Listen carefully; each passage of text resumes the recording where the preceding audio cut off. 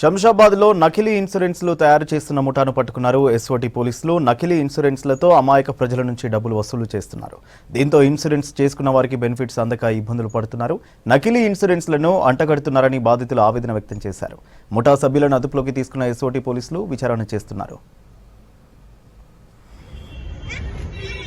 ఈ మధ్యకాలంలో ఈ రిలయన్స్ దానికి సంబంధించిన ఈ ఇన్సూరెన్స్ ఫేక్ కాపీస్ వస్తున్నాయి. దాని గురించి ఈయన ఇంటర్నల్ ఎంక్వైరీ చేస్తుంటే హవేజ్ అలీ అని ఇక్కడ మన కిషన్ బాగ్ సంబంధించిన వ్యక్తి ఇతను మెయిన్ అని అతను తెలుసుకొని ఎంక్వైరీలో చేసుకున్న తర్వాత మన దగ్గర వచ్చి కంప్లైంట్ ఇవ్వడం జరిగింది. కంప్లైంట్ ఆధారంగా మనము అతన్ని అరెస్ట్ చేయడం జరిగింది. అరెస్ట్ చేసిన తర్వాత అతన్ని వెరిఫై చేస్తే అతను చెప్తున్నాడు క్లియర్గా.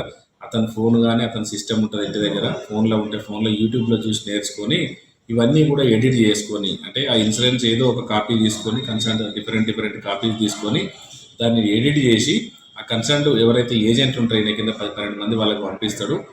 వాళ్ళ దగ్గర నుంచి ప్రతి కాపీకి 100 రూపీస్ అట్లా తీసుకుంటాడు. వాళ్ళు ఒక 200 రూపీస్ తీసుకొని ఇవన్నీ కూడా కన్సర్న్ ఆర్టీఏ కొండాపూర్ కానీ తర్వాత ఈ మణికొండ ఏరియాలలో ఈ వెహికల్ ట్రాన్స్ఫర్ అప్పుడు దానికి జత చేసి ఆ రిజిస్ట్రేషన్ ట్రాన్స్ఫర్ చేసేటప్పుడు పెడుతున్నారు ఈ ఆర్టీఏ ఏజెంట్లు. దీనికి సంబంధించి ఇంకా కొంతమందిని వెరిఫై చేయాల్సి ఉంది.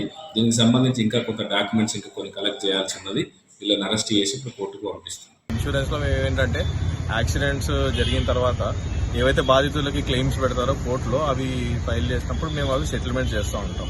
ఏవైతే వెహికల్ యాక్సిడెంట్ చేసిన వెహికల్ ఉంటుందో వాటికి ఇన్సూరెన్స్ పాలసీ వచ్చేసి ఎవరో ఫేక్గా క్రియేట్ చేస్తూ ఉంటాయి. కొన్ని ఆర్టీఓస్లో ఏ డాక్యుమెంట్స్ లేకుండా కూడా, అంటే బేసిక్ డాక్యుమెంట్స్తో పాటు ఇంకా ఎన్నో డాక్యుమెంట్స్ అవసరం ఉంటాయి.